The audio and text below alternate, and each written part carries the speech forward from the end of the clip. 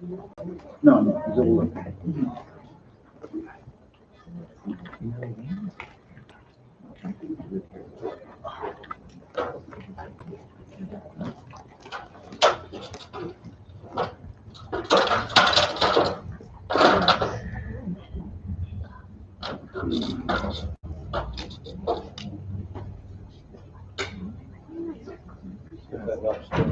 Just enough. Is that okay? Yeah. Okay.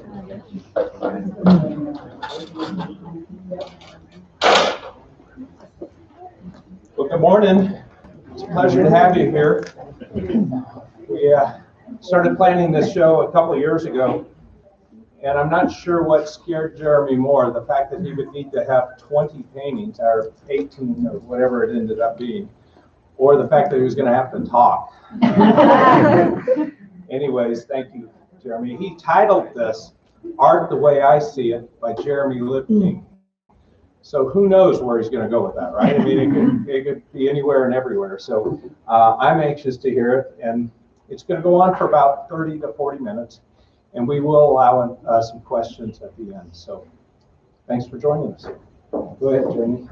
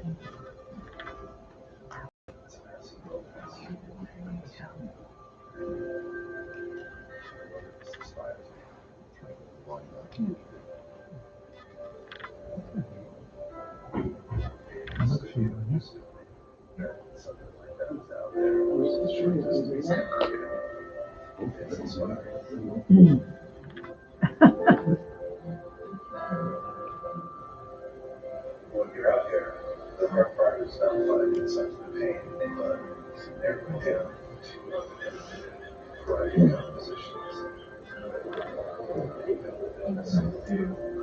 There's no doubt there's several paintings. One of the things I like about the ocean is also what I like about the desert and mountains of the Eastern Sierras. The simple shapes lend themselves to simple but powerful compositions.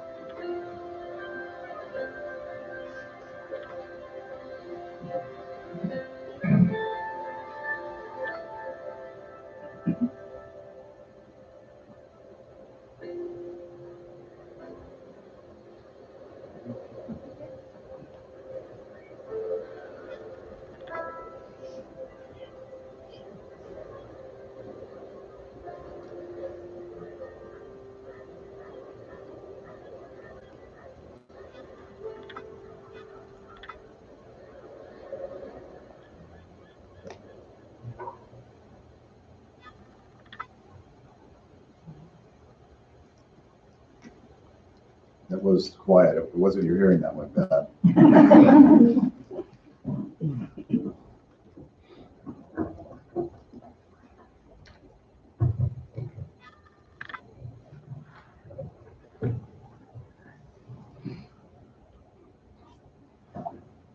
you go back to the very first slide just for now?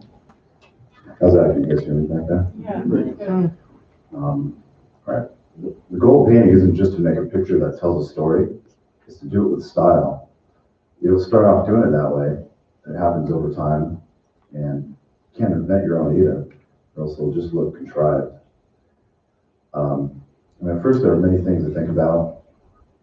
There's color, value, drawing, composition, and making a mistake in any one of those things can pretty much ruin painting.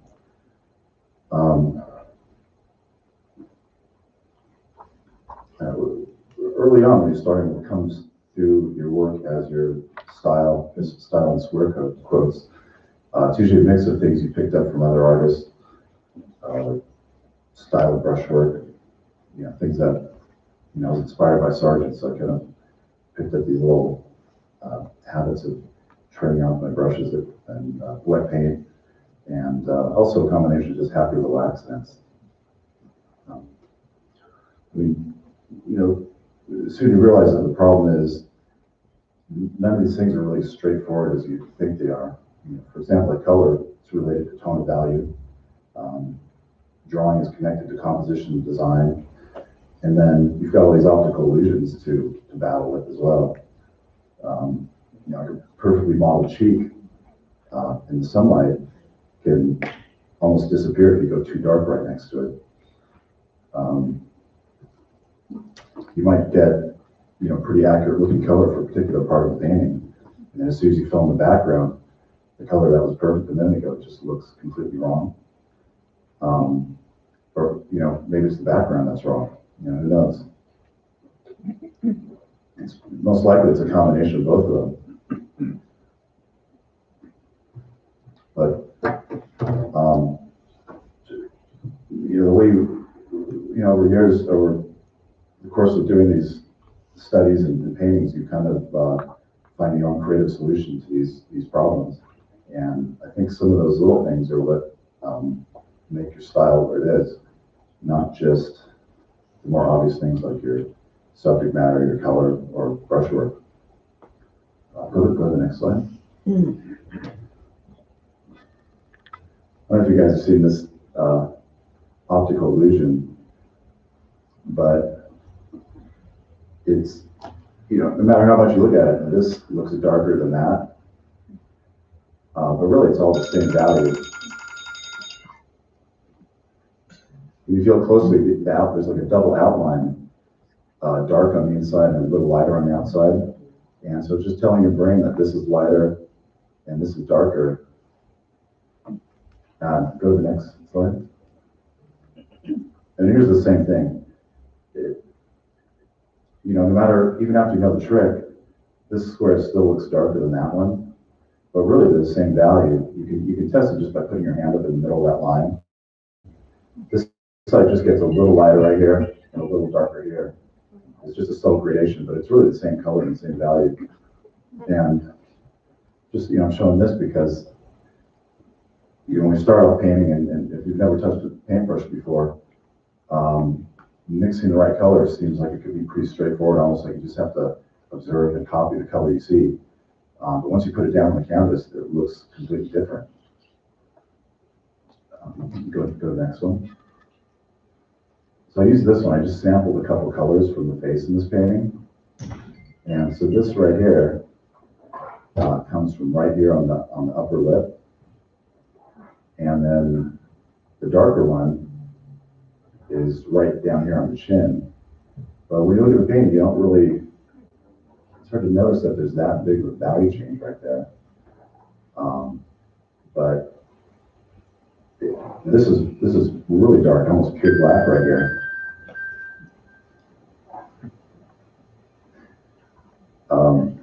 So basically, it's hard to overestimate how much you have to turn the color to get this not to look too bright right here. Go back to the kid slide. Go back one more. And it's almost this illusion right here that's we're having to battle with. Okay, now go forward. Color too. So this, if you look at the painting, This little like sample comes from somewhere around here on the trees. And this, it's covered in like Jeffrey pine and conifers, and it's pretty green. Or you think it was green, but the color that it has to end up being is like almost a neutral gray. But when you look at it in the context of everything, it just reads as like a green coniferous covered hillside. All right, go to the next one. So I'm going to go through the paintings in the show and just kind of talk about what inspired me and just hopefully give a little bit of insight to each one. This is my middle daughter, Sierra, and I've done a few paintings of this particular flower, and it was really those Matilaha poppies what inspired this particular painting. I mean, it's such a beautiful flower, and each one is a little different, and has its own personality. Go to the next one. You can see them a little closer. Go to the next one. This is one of the first ones I did, the same flower. And I got this idea when I was just up in the hills by my house, and I think there's a brush fire somewhere nearby. Anyways, we had this really kind of hazy but colorful, soft sunset, and just the bright white of those petals against that, gave me the idea. I didn't really know what I was going to paint, but anyways, I painted this one, and it's we're not painting a figure. It's hard to kind of tell too much of a story, but if you look closely, this is the main one right here. He's like a little more proud than the other ones, I think. These guys are all kind of the same, the average, kind of similar, not too much different from one another. This one's also got a couple little clones popping out. These are kind of here's the runt. This one's kind of rough around the edges, just reaching up a little to the right. But it's kind of fun to just think about each one individually. The main thing was just getting this big arc and having some blend together, but I still wanted to have some kind of interest when you look at each one. All right, you can go to the next one.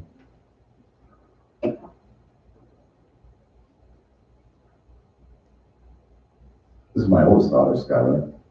And I've done a lot of paintings with her. If you look at my website, you probably recognize her. Did this one up in the Eastern Sierras. And I forget the name of this peak, but here's another one. If you look, when you look at the painting in person, you'll see this kind of, it's obviously a cool light on it, but it still has a warmth to it. And it's, if you sample that color and put it here on the white, it would just look like a dark gray. But this painting, there's just so much dark, deep blue, it gives the illusion of this warmth in here. And if I used too much orange in there, it wouldn't make sense at all. It wouldn't work at all. Next. This one's my youngest daughter, Juniper. So I started this one. This was kind of an idea for a bigger painting. I still haven't done the bigger painting yet. And there's a lot of green. So the first thing I did was just do this small painting just to figure out how I'm going to make this huge green background work. And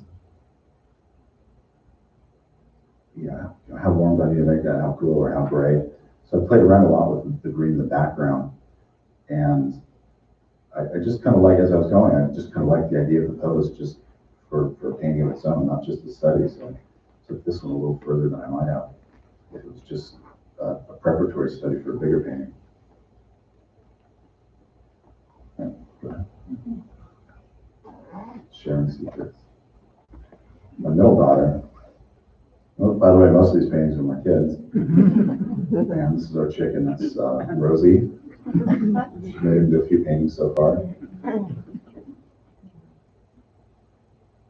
This one I just, I like painting my kids, but I just wanted to do a painting of this chicken because it's so hard to and it just happens to be her favorite chicken.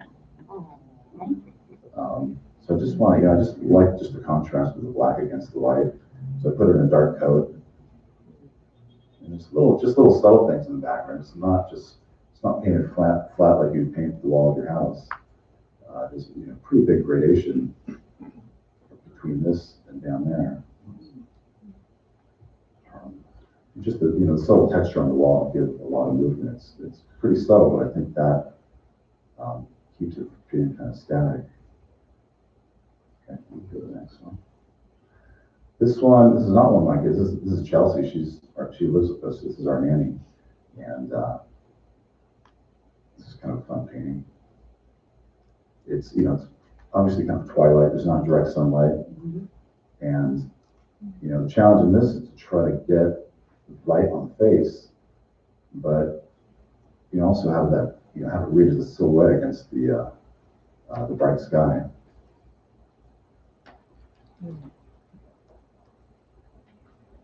And there's a pretty fine line between getting too bright, bright enough where it just doesn't feel natural. Especially these values right here on the cheek. If we looked at these, I probably should have done that, but if we sampled that color and looked at it against the white background, it would look pretty dark, and it wouldn't look like a warm flesh tone like how it's reading here. And that's probably the case for most of the paintings. They tend to paint pretty dark in value, just because I like the way the color looks, just having more, being able to use less white, basically. White tends to cool colors down. You can move on this. Oh, yeah, go back. Oh, that, okay, go ahead. Some of you might know Leanne, sitting in the front there. She's a good friend of mine. Done several paintings of her, but this one, I just like the idea of just having that almost monochromatic background, and it's just the movement of these leaves. There's just so much you can do with the aspens, and these kind of this arc circling over her head, and just this, just that beautiful pose and these beautiful colors there.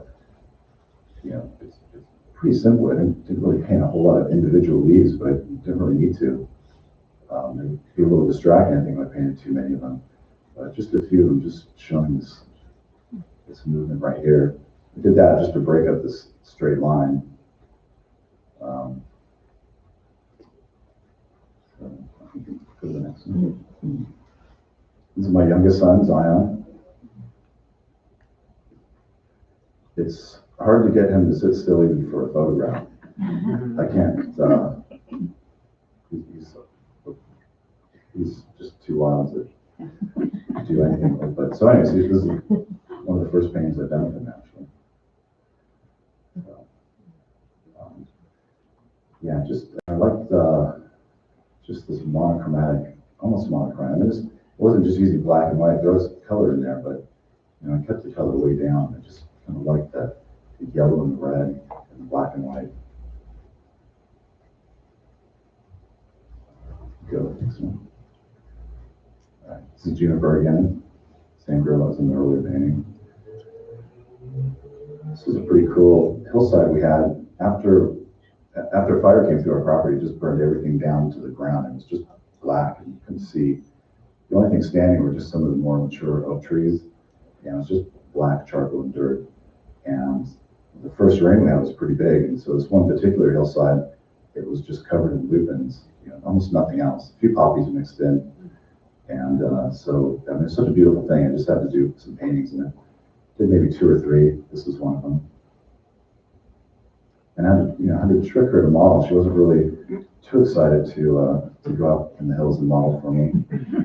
But I just kept some candy in my pocket. And I did that magic trick where it seemed like it was coming out of her ear. So, here's a piece of candy. But then when they're chewing candy, they make funny faces, so gotta wait till they finish it. But really, this particular flower, if you see them, the leaves are generally, when you see them in bright sunlight, they're just a really bright green, a really yellow green, and not something that would be too much for a painting, I think. And So anyways, when it's a little overcast, they're a little more gray. I kind of toned the chroma down on those.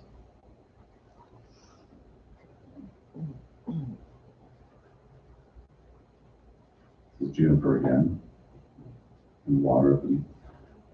It's actually Mono Lake. So this probably one of my favorite types of light to paint is, right when the sun's gone behind the mountains, and you still get, one side of the sky is just giving you this really soft, warm light, just right here, and then really soft, cool light from the other end of the sky. And sometimes it's almost the same intensity. It's a little hard to render. Like right here, you can just see it's pretty warm, and the transition to cool, the value doesn't change a whole lot. It's almost just as bright there as it is right there on that side. It's just cooler and warmer on one side. So it could be a little challenging, but it's just a really beautiful light that I like to paint. All right, you can go to the next one. This is a fun place to paint, in the Arizona Strip, Vermilion Cliffs. I know some of you guys went there recently. This is, I've painted there several times at all different times of day, and just at the sun setting is probably my favorite, because you just get this really nice transition, this gradation from a warm to cool, and just so dramatic. And there's not a lot of trees or anything for scale, and just these beautiful simple shades. You could probably just paint there forever and not repeat yourself.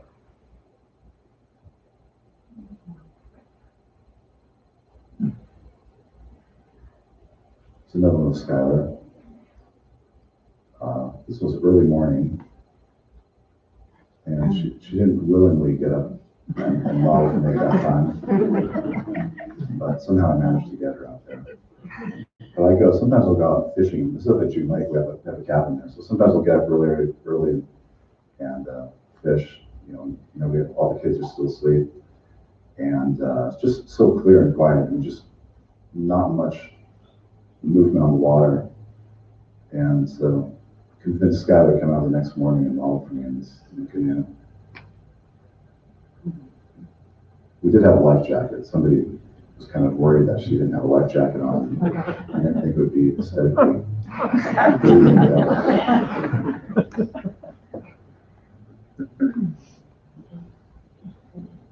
Yeah, and here's the full painting. I show you the detail earlier on. One thing, when you look at this painting in person, you notice how this still feels like there's a warm, really soft but warm light hitting your face. And the interesting thing about this painting is that it's really dark, really low key, really dark value. The sky might be the brightest thing there, but this is, I think here I'm just using cadmium red, just straight from the tube. Might be a little bit of something mixed with it, but not much. Cad red is not that light of color on its own. So I had to get, pretty much everything has to get really dark, but there's some colors available like alizarin, black, to get this dark. This is up near Mount Carmel, near Maynard Dixon's house.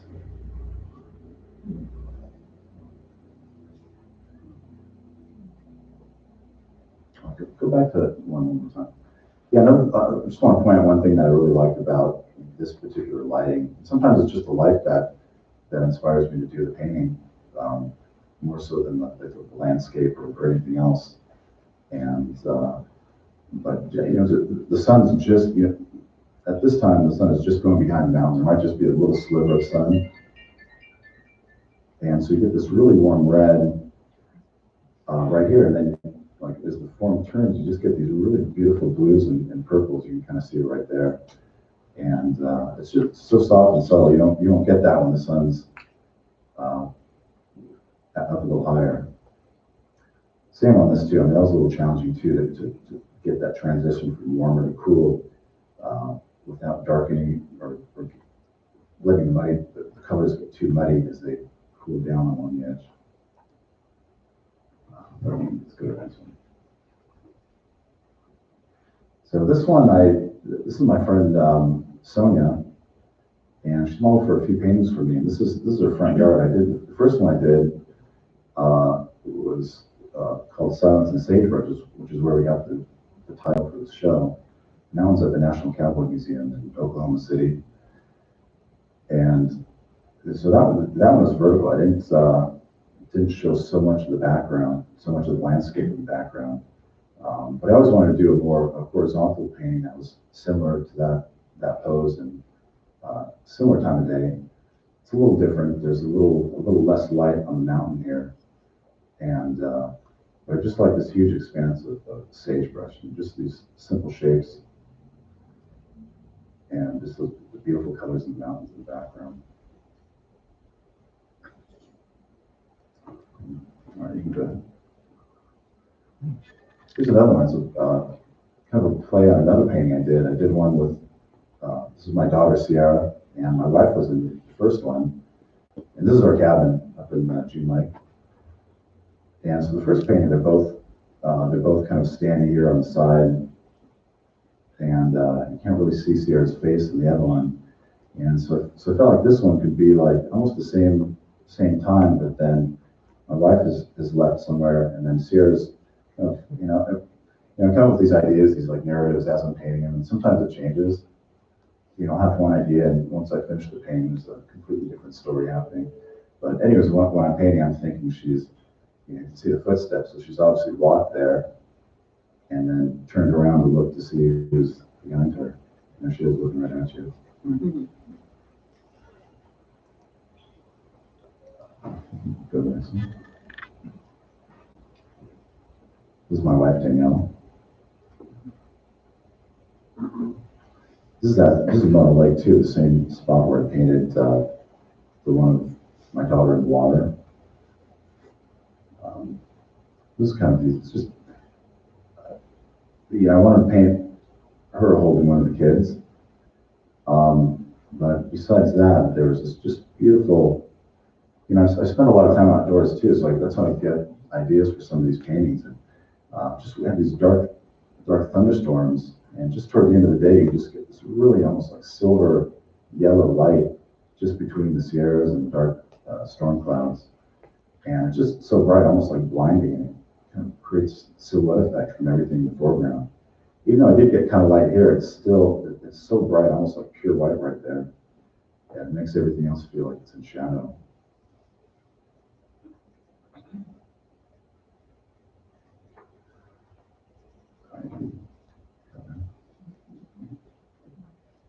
Juniper again. I think she made it in here more than any of my other kids. But look how cute she is. She's getting better at modeling. This was a little after, maybe a year after I did the one with the lupins. So she's a little more excited about it. She likes to see the paintings, and all the kids do. They feel famous when they see a painting. Funny story, my other daughter, Sierra, my middle one, she was just flipping through a magazine we had laying around the house. And to her, it was just a random magazine. It wasn't, we didn't keep it for any particular reason, but I did have an article in there. And she opened it and came to a painting of her, and she was like so excited. She thought she was famous just picking up a random magazine and finding a picture of herself. This is the same, I paint this time of day a lot. I mean, there's still a little bit of sunlight, and I just love how that's, getting that really hot, warm light on the edge makes all these other gray colors. That's what most of this painting is, just different types of grays. It's obviously a gray with a sagebrush. But even the colors here, if you look at these just on a white palette, on a white sheet, they wouldn't really look as colorful, as beautiful as they look in context with all these other colors. And you really need those values and this warm color to make these look the way they do in painting. All right, you can go to the next one.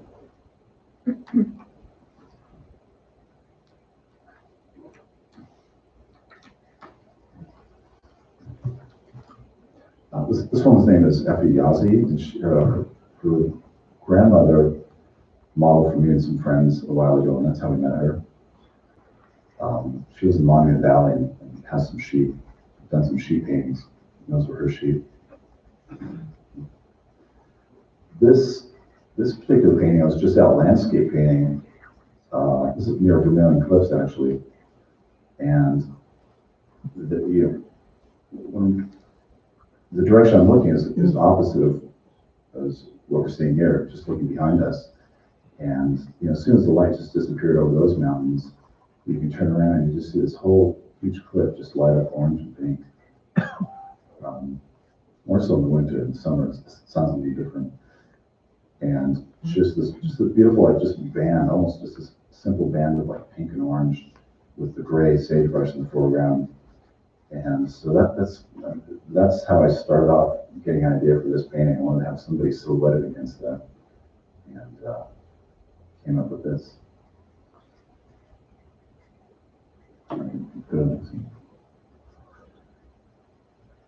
This is the last one in the slideshow. And this one was fun. I don't do a lot of paintings with multiple people in them just because it's a little more challenging to compose and make them fit together, and especially in the landscape where you have a lot of other stuff going on. It's if you're not successful, it just kind of looks too forced or contrived. So this usually I just kind of play around a lot with different compositional options. Just loose little sketches. I mean, I wouldn't even bother showing because they wouldn't make sense to anybody, but just little scribbles seeing where the placement of each person is going to go. And also kind of like a big abstract shape. So for this one, I just sort of thought this whole foreground, originally it was just going to be a big dark shape cutting across here. This would be kind of silhouetted and she would be silhouetted. So this whole area was going to be dark, and then I thought she would be wearing a darker color as well. But anyways, after playing around, I just thought it'd be better to have some light down here instead. And when I started, I didn't really know what was going on here, but I thought they would be, I was thinking of having like a road back here, and they would be kind of looking back at somebody who's just left. And I eventually just decided to leave that out. And but I just like this. There's all this stuff going on up here, and then her head's kind of by itself, silhouetted against that the light sagebrush, and you just see her kind of looking off into the distance. So, anyways, that's the last of the slideshow. And does anybody have any questions? Yeah, Linda. What's your background and or training? I mean, this is fabulous. Thanks. So I started off, my first teacher was my dad. My dad's an artist. He was an illustrator, and so I painted with him a lot in the studio when I was a kid. And then later on, I studied with a guy named Glenn Orlick. He taught drawing, and not really painting. I just learned drawing from him, and then got somewhat competent at drawing. And then next I needed to learn how to paint, so I wasn't really sure how to do that. So I took some workshops and classes with anybody I thought I could learn something from. There's a guy named David Jonas, landscape painter. I took landscape painting classes with him. David LaFell was one I took a workshop with. Didn't really study for a long time with him, but so painting, I just kind of picked up little things from a lot of different people. Yeah, Steve. How much research do you do for each painting as far as the positions, the clothes, things like that? How much time do you spend on that? So sometimes way too much time. I'm not even sure how to even calculate it all. And but then other times I just like the one of Skylar with that red blanket. I wanted her to. I didn't really have any specific idea. I didn't plan. I was going to have her wear a dress that she had with her. We're staying in the Maynard Dixon house up in Mount Carmel, and as I was walking out the door, I see a red blanket laying on the bed, and so I just grabbed that and ended up putting that on her. So that was about 5 minutes of planning for that. But other times I just spent you know, just letting the idea kind of germinate for months before I decide on a particular thing, like what color the clothing will be. So most of the time it's somewhere in the middle. Way back? Yeah, so can you explain a little bit, so you set this up, I mean, did you actually set everybody in that painting, the one on the screen right there? Yeah. And then do you do photography, and then do you do drawings right there, and then take it, explain a little bit how you take from the painting, laying it out, and then how much you know, of course you have to finish it in the studio, so. Yeah, so sometimes, so I do a lot of outdoor painting, just small sketches. And so I kind of like what's going on in those photos that are printed out on the back wall. And so I usually do like pretty small, like 6 by 8 inches or 8 by 10. And you know, I do that just to get ideas, but also sometimes I do have a particular idea and I just want to work some things out and just use that as maybe a color study, or just figuring out some color notes, basically. And then after that, I'll go back in the studio and just kind of draw from imagination. I'll use that landscape that I've already painted and just that knowledge that I gained from spending a few hours just staring at that one subject. And mostly just from memory, I'll do some sketches and come up with an idea. If there's figures in it, you know, kind of coming up with a pose, and it's a little sloppy and cartoony looking, but it makes sense to me. And then for this one, I kind of did that. I had a general idea, and then so I got everybody out to model at the right time in the right spot. This is up near June Lake in Eastern Sierras. So I knew this spot, and I knew what the light was going to do at that time of day. And I guess the next challenging part was just to, you know, I have an idea of the pose that I want people to be in, and it's impossible to get kids to do that when they're 3 or 4. So I try to get them close, and then I'll just, you know, take some photos, and sometimes I never get what I was looking for to begin with, but something better happens, and maybe that's kind of what happened here. It was windy, remember? Yeah, it was windy. Yeah, right. It was pretty windy, and so this one I was just all done in the studio using like some sketches and then my photographs. So usually the bigger ones I do them all in the studio. I used to do larger paintings outdoors from life, but I just don't do, the benefits are great enough to bring a big easel and a big sheet inside. So yeah, and I like doing small paintings, just using those as reference in the studio. So, once you start sketching all of the cartoony sketches, how big are those? Are they teeny tiny, or do you get them closer to the side? No, they're really small. Just these little thumbnail sketches are just maybe 2 inches wide, maybe 1 inch. And it's just looks like a little scribble. Yeah. How consuming was it for you to create a show of this size? It was so phenomenal. First part of the question. Second part of the question, how do you feel after getting it all done? Oh yeah, no, it feels really good. Yeah, it's pretty. Yeah, once you agree with it gives you a lot of anxiety because you want everything to obviously be a good painting, but you also want it to look good together and somehow like tie into one another when you're kind of walking around the room. Even though it's a lot of different subject matter, you still want them to kind of have something that ties them together. So yeah, it is kind of stressful, but you just kind of focus on one painting at a time. And, you know, every once in a while throughout the year that I'm working on, or 2 years, I'll look at them all together. And, you know, sometimes that gives me an idea of what I'm going to do next, the next piece. So, but yeah, it's a big relief once you get them all framed and varnished and dropped off at the gallery.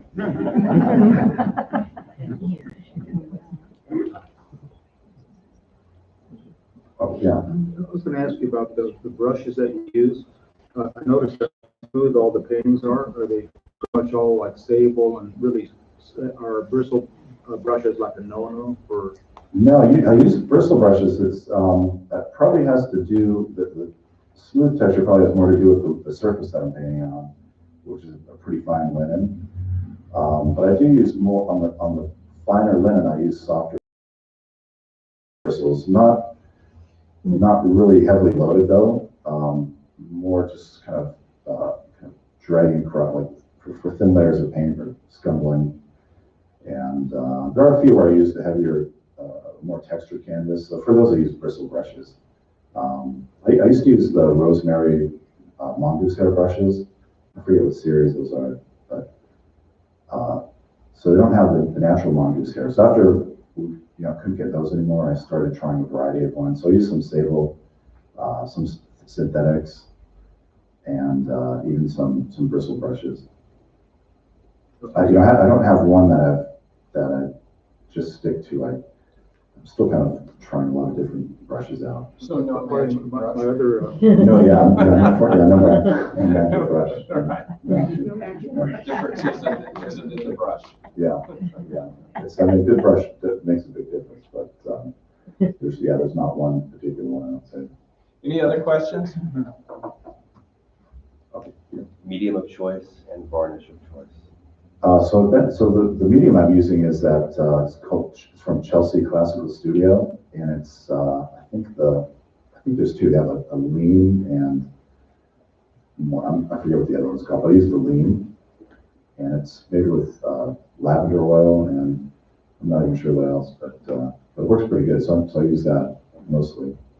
Varnish I use it's called I forget the name. It's CPC varnish, and I forget what CPC stands for.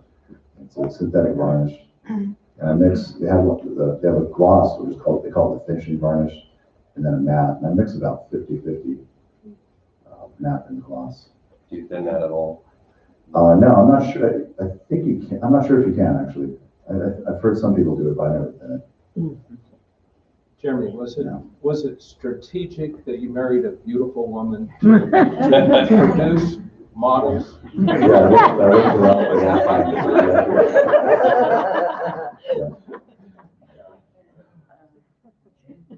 Any other quick questions?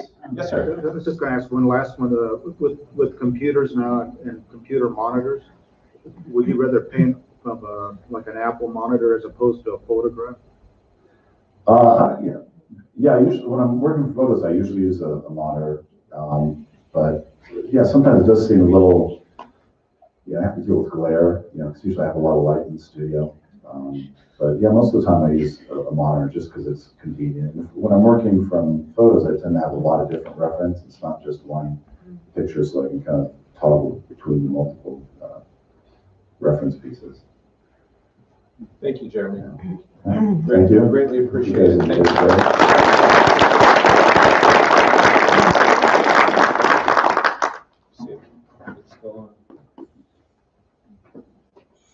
35 years ago, we were trying to come up with a name for our new gallery, and we chose Legacy. There was two reasons for that. One is we're multi-generational in the business, and so we felt that represented it. But really more so, it was that our desire was to help people find a piece of art that they could take into their home, enrich their lives, and it become part of their family legacy.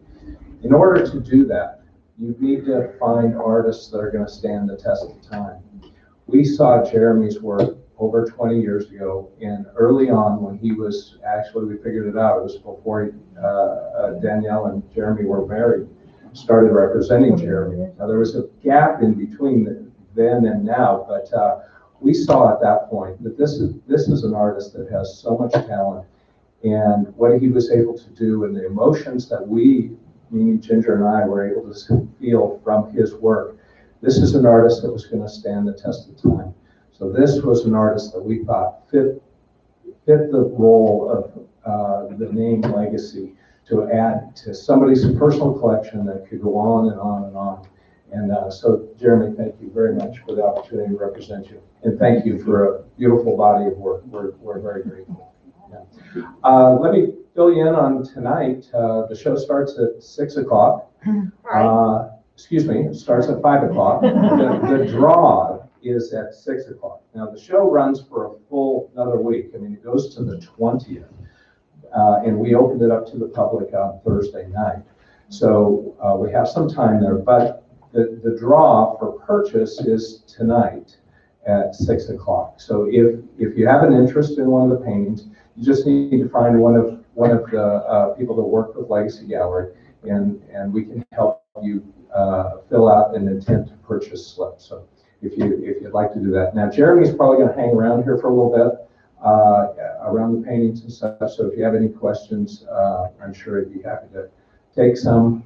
Please take the time to look around. There is some interesting things, as he mentioned. Some of these photos of him painting on location are great. Also, it's fun to read some of these quotes from some real educated museum people talking about Jeremy and Jeremy's work. So please take some time to look around, and thanks for joining us.